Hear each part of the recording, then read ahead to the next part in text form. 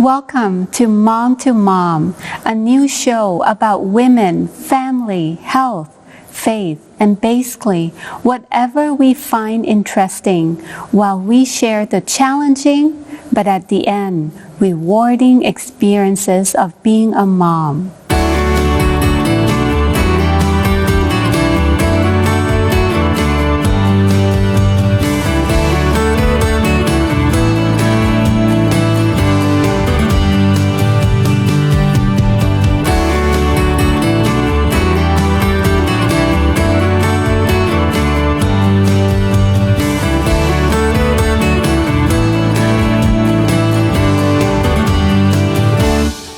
Today's topic is on need of physical contact.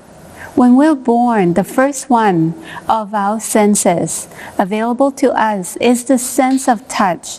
Even before we open our eyes, we can already feel a touch and physical contact.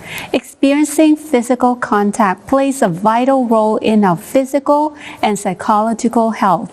What's the emotional importance of our sense of touch? And I'm sure all of us have experienced that.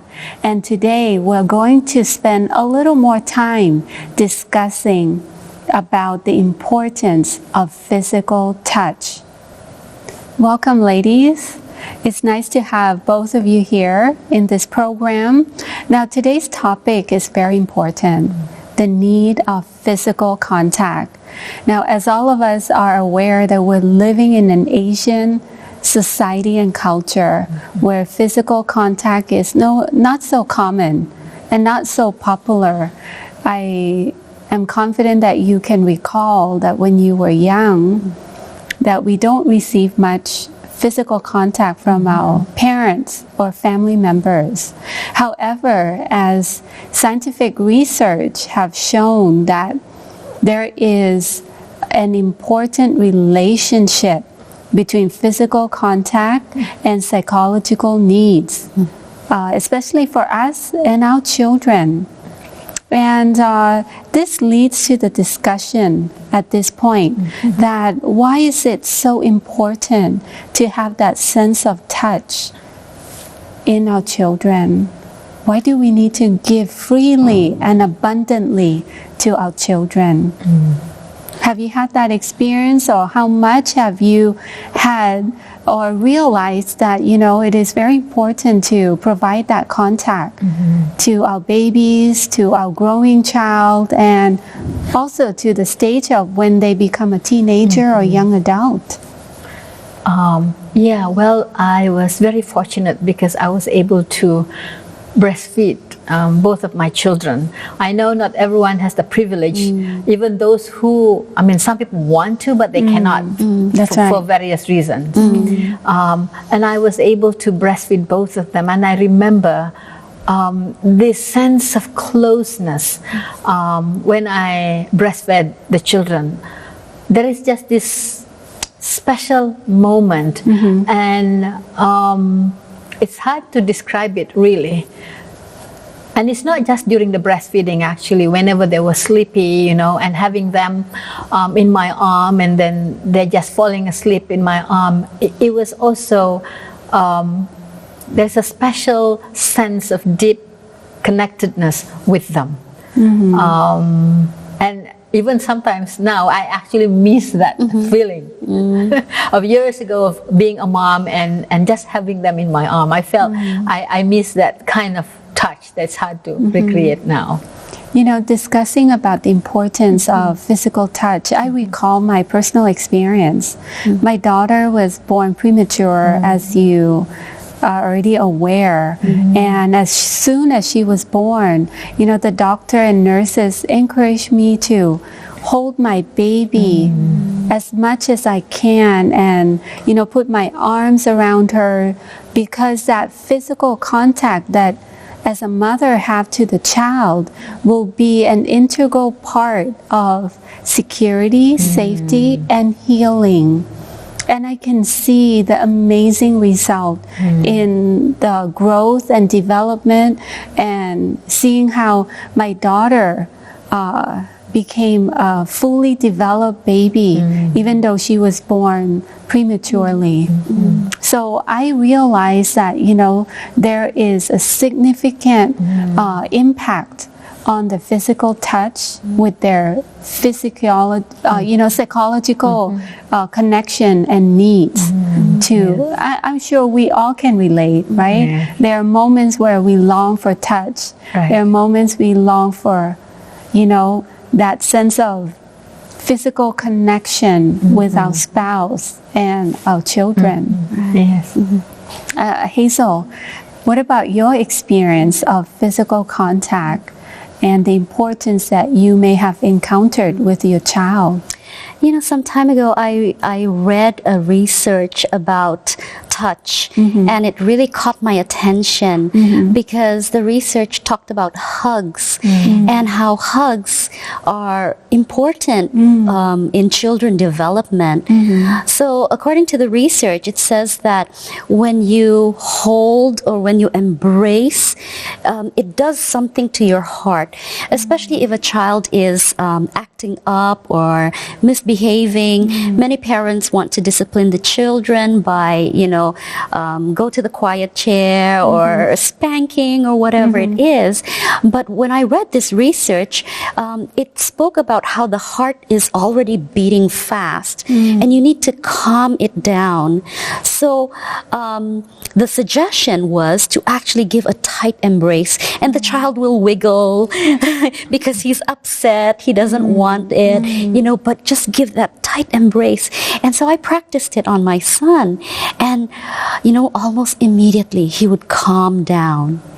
And later on, I told my sister the same thing. And because, you know, when she had her toddler, she experienced the same thing. So I told her, instead of, you know, using your voice, try not to use your voice, nonverbal. Just pick him up and give him a tight hug. And she did. And she said the same thing happened. He immediately became calm. I think this is something we can take with us. You know, instead of using our verbal communication, this is the time when touch, when the non-verbal can be very powerful. I'm sure you have experience as well, right?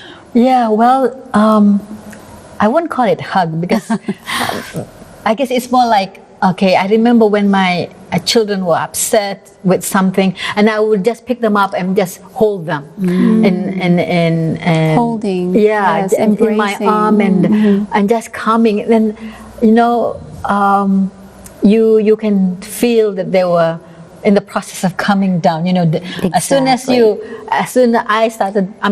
picked them up and, you know, just hold them tightly. You know, just like Hazel said, they would just, what do you call that, relaxed. You know, you can feel the body language. You know how they clinging tightly to you and just like, okay, don't let me go. Yeah. And you know what? Even until today, I still do it to my son. My son is already taller than me, and sometimes, you know, he gets emotional, and instead of using verbal communication, I would just give him a hug and he'll be stiff. He'll just be stiff.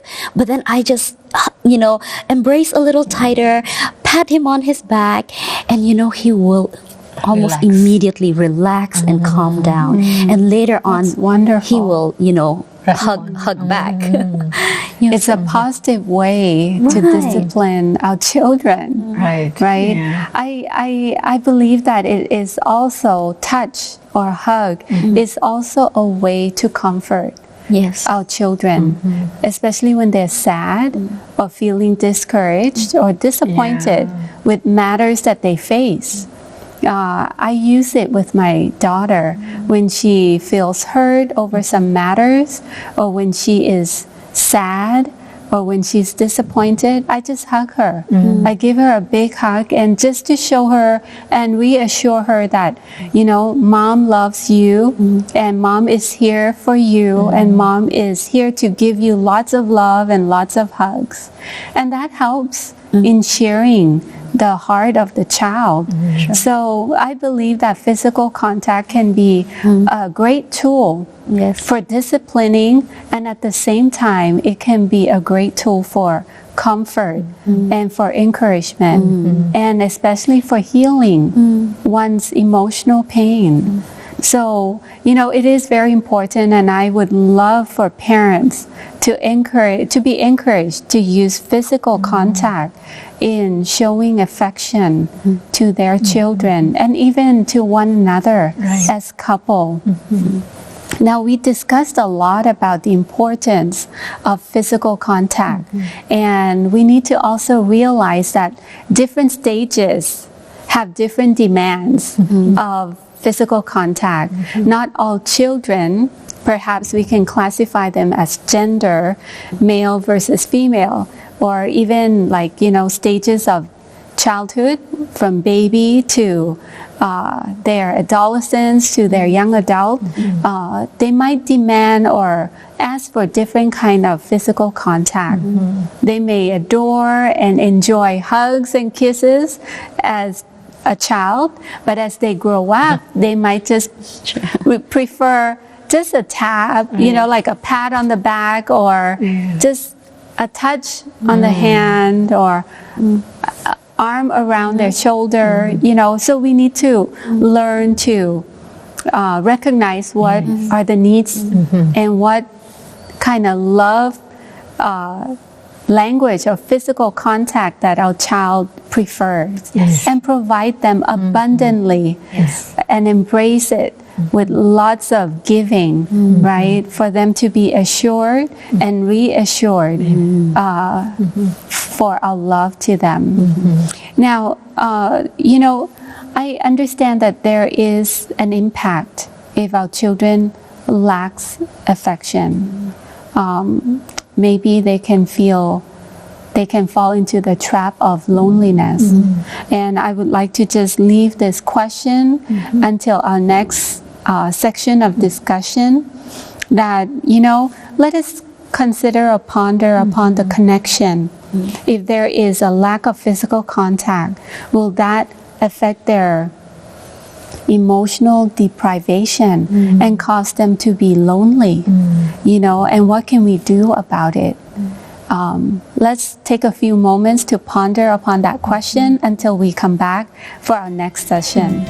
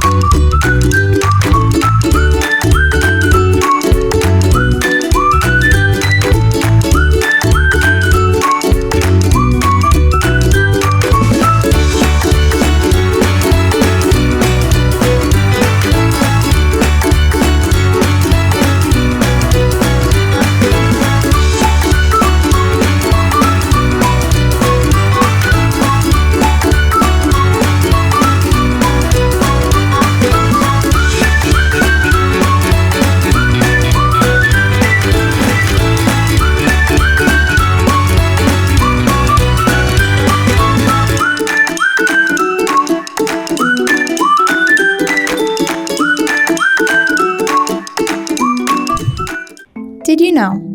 Physical contact. Even a slight touch can be a powerful thing. Studies show that being touched in a friendly, non-sexual way can cause physical and psychological changes. People become more confident when they are touched by a woman. The reason a woman's touch makes people more confident is probably because babies are constantly being touched by their mothers to encourage them. If you feel a little short on physical closeness, one simple solution could be to get a massage or a pet. All forms of pleasant physical contact, no matter if from human or animals, are soothing for our well-being. Research proves hugs help alleviate stress, anxiety, and depression. Several studies suggest that hugging can help reduce blood pressure and the risk of heart disease. At times in your life, have you felt that you were all alone and yearned to be with and feel connected to others? This feeling describes the emotion of loneliness. Other words people use to describe loneliness include feeling empty, isolated, excluded, or left out. You can feel lonely when you are physically alone, or you can also feel lonely in the presence of others. Loneliness is really a reflection of whether or not you feel connected to others. Now, at this time, we are going to continue our discussion of the connection between the sense of physical touch and loneliness. Welcome back, ladies, to the second part of today's program. Now, we left off with the question, is there a connection between lack of physical contact and feeling lonely? What can we do about it? Now, we realize from our first discussion that it is very crucial to portray and demonstrate physical contact with our family members, especially our children.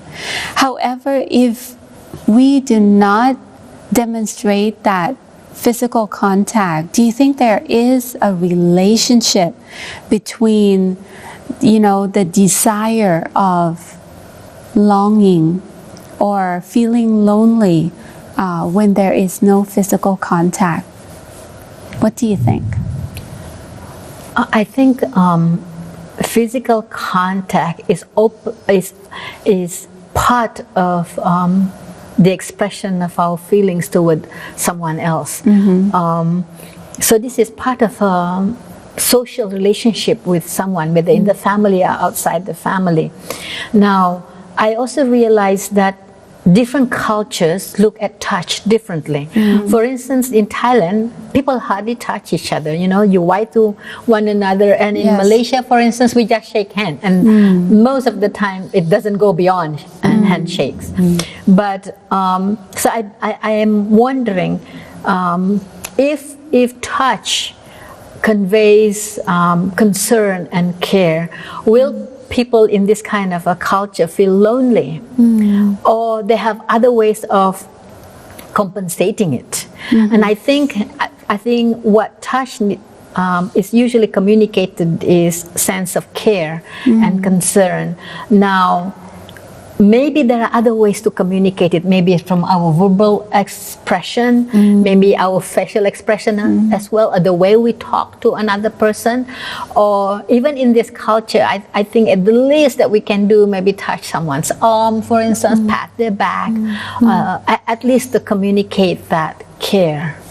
And I think in cultures where physical touch is valued, a person can feel very lonely if they don't get much of it. In a culture where lack of touch is tolerated or accepted, maybe they have other ways of receiving that care and concern, for instance. Yeah. Wow, that's so true. Yeah. Many times we neglect the value of physical touch as a demonstration that we care, that we value you, and that you are important, and that you matter to us.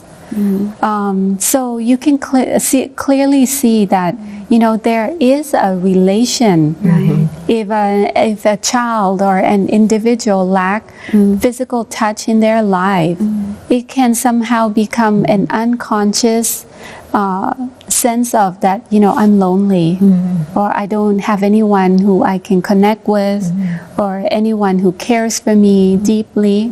Hazel, would you like to add on this? Yeah, I watched a program before of this man. He was an orphan as a child. His parents died in an accident, in a car crash, and he was raised as an orphan in an orphanage, and then he was placed in different homes, and because of that, he did not receive or he lacked the touch, and he shared his story saying that he did not feel loved, so that affirmation, that touch provides.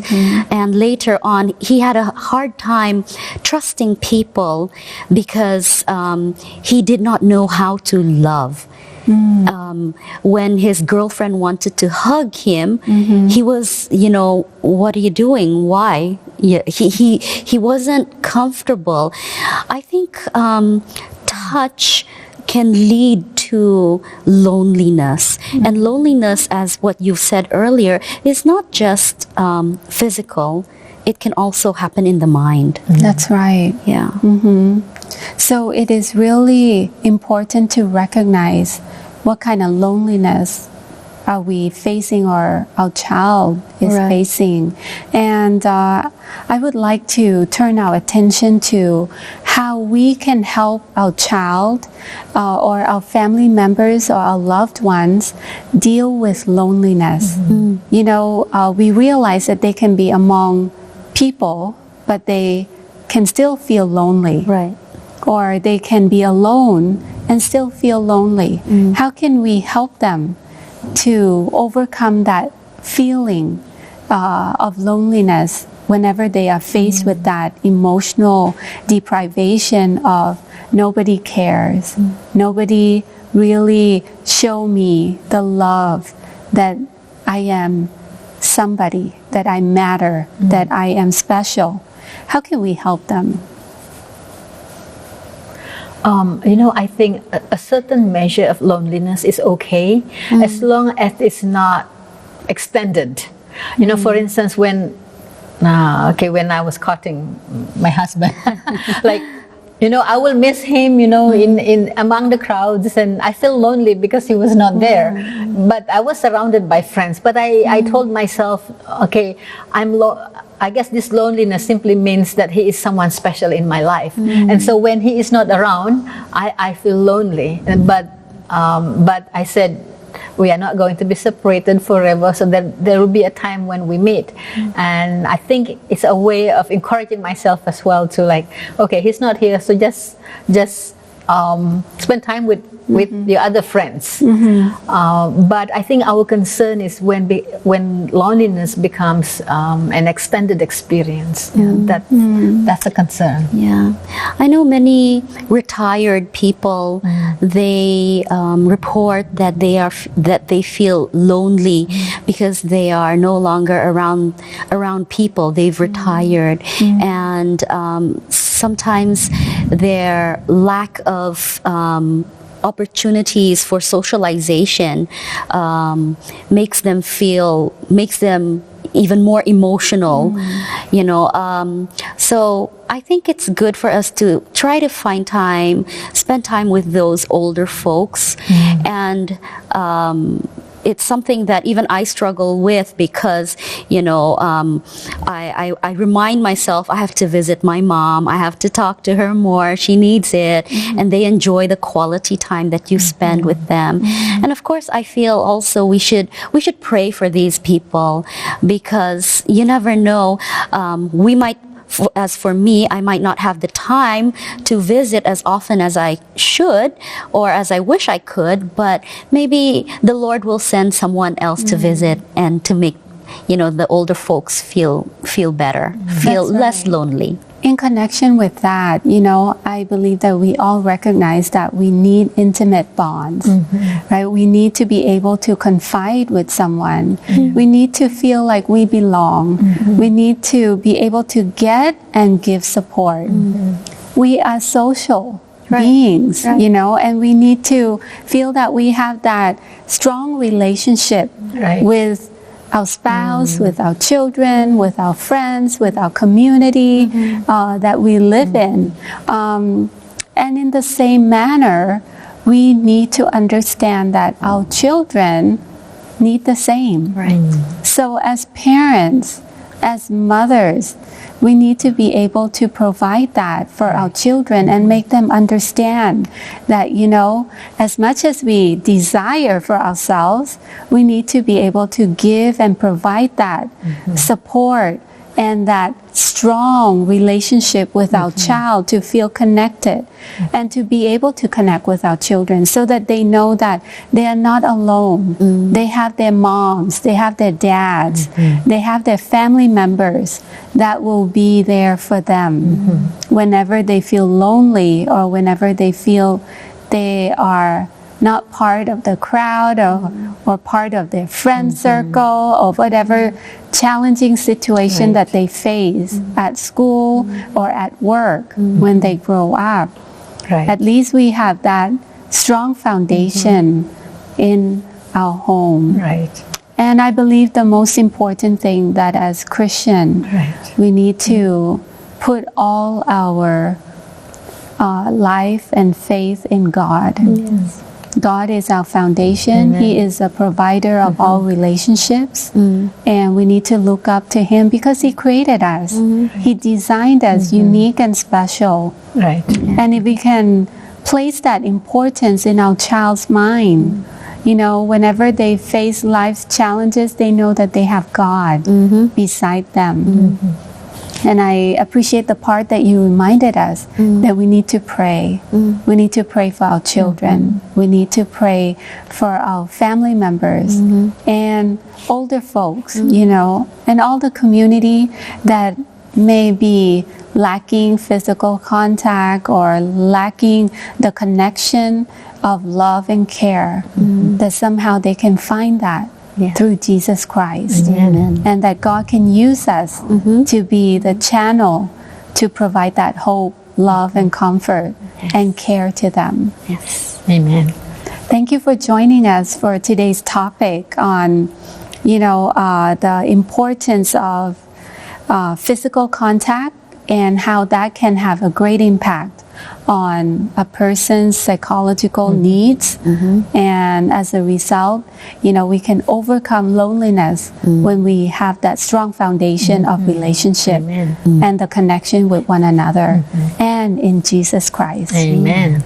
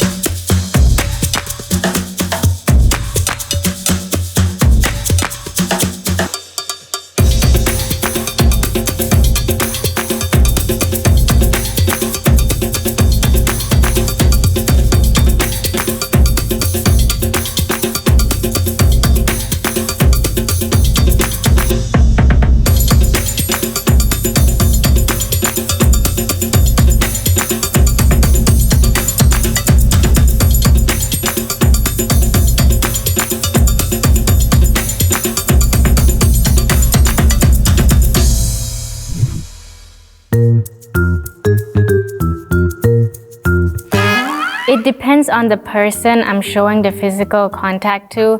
If it's someone really close, I really don't mind at all. But if it's someone that I don't really know, I'd feel a bit uncomfortable. I am comfortable with that, but only with people I know the most. I really like it. I mean, especially in my country, we really are touching people. I think culture does interfere with physical contact because there are some countries that I know, like some countries in Asia, they have low contact. They may feel that it's offensive, they feel like you are invading their space. It's very restricted for us to have physical contact, even holding hands actually.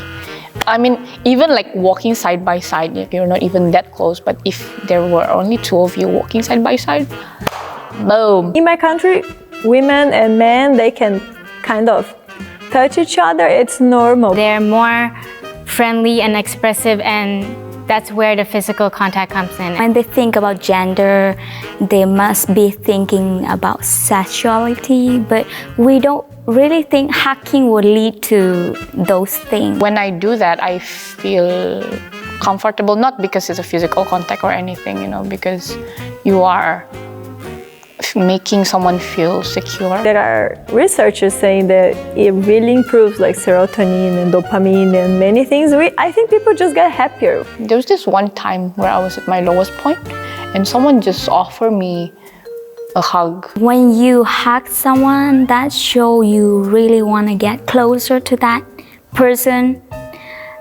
I did not think about anything negative about that. I just thinking that I just want to love that person by hugging them, showing them how much I love them. When they're having some kind of a hard times, you cannot just give them advice. They will not listen for sure.